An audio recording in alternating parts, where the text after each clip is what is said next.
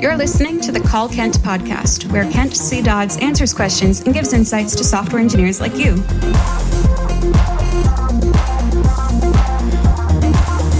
Now, let's hear the call.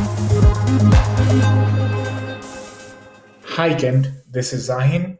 I have a question regarding having styles inline versus in a CSS file.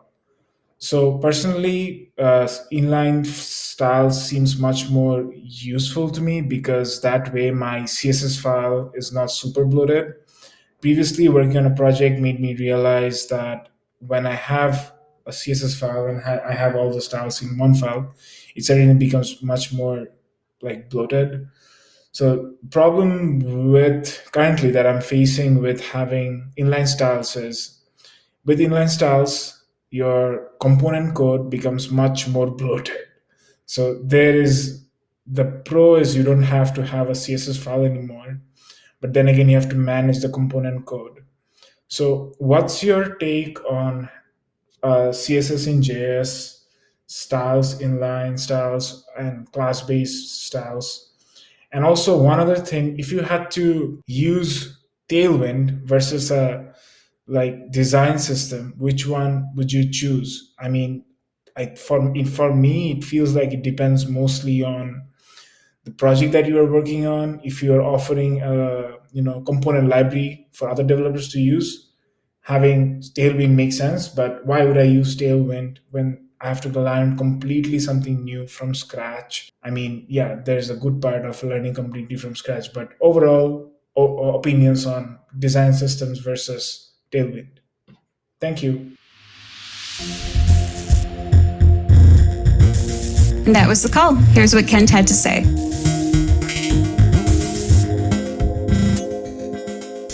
Hey, Zahin, thank you so much for the question. So yeah, this is a common one. I've been doing inline style type of development for for a long time, years and years, like 6 years maybe.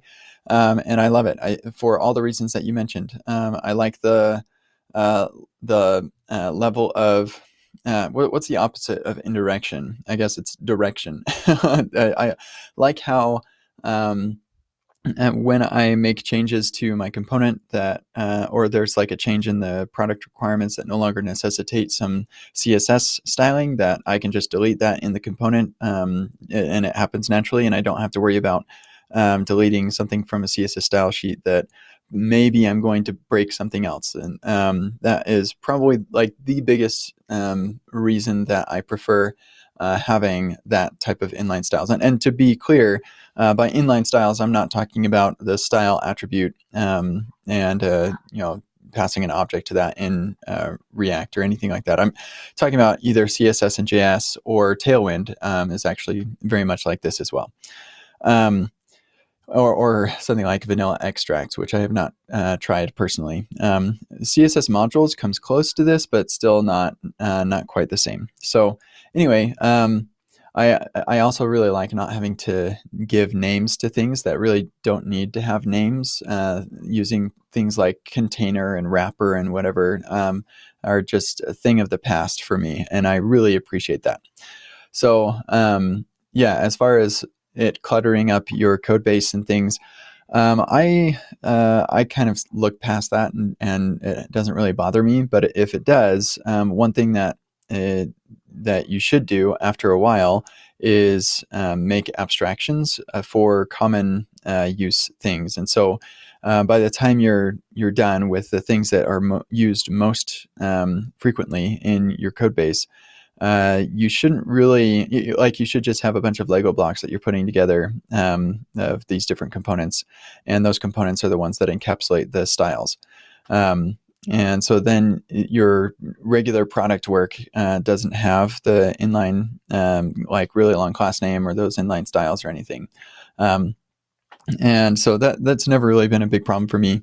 And on the subject of Tailwind versus a design system, I don't see any reason why you couldn't implement a design system using Tailwind. And I would suggest that any application that you really expect to exist for an extended period of time should probably do that. And so That's what I recommend. I strongly advise Tailwind. I think it has definitely won my heart. I don't know if I'm quite ready to say that Tailwind has won in the way that TypeScript has won, but there are a lot of people who use it, myself included. I'm a huge fan, and I think that it's very worthwhile to use Tailwind.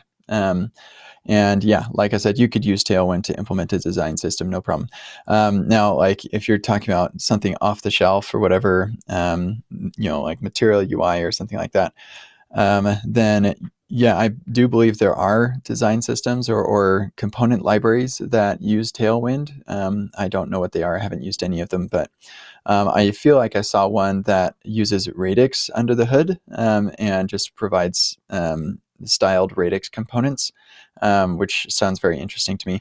But I don't really use off-the-shelf components that come with styles beyond what is necessary to make them accessible. I pretty much in every case I need to customize it anyway. So hopefully that helps. I think that Tailwind is amazing, and the really long class names don't bother me one bit. So yeah, have a nice day. This has been the Call Kent podcast. Learn more about Kent at kentcdodds.com and get your own questions answered at kentcdodds.com/calls.